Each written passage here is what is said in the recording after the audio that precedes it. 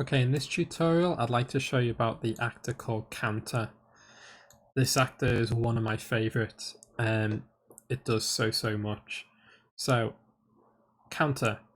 What this does is you can set a minimum and a maximum and cycle through these values. So if I say I want my minimum to be 1 and the maximum to be 10, I can add values and it'll add them here and take them away. And it'll keep going up and up and up and up, but it will stop at 10. And I can go down again. Okay.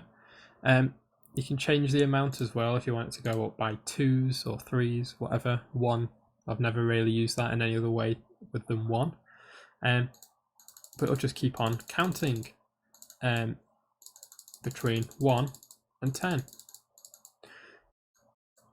This is really good for something like if you press a MIDI trigger and after the 10th time, the MIDI trigger might change a different effect, or using motion tracking, it could mean once 10 people have entered the scene or passed the trigger zone, it'll count them when it reaches 10, and it can do something else.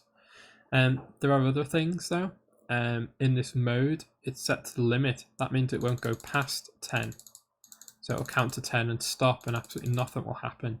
But if you change this to wrap, it'll go back to 1 again. So it'll keep going up and back down and up and back down, and the same in reverse.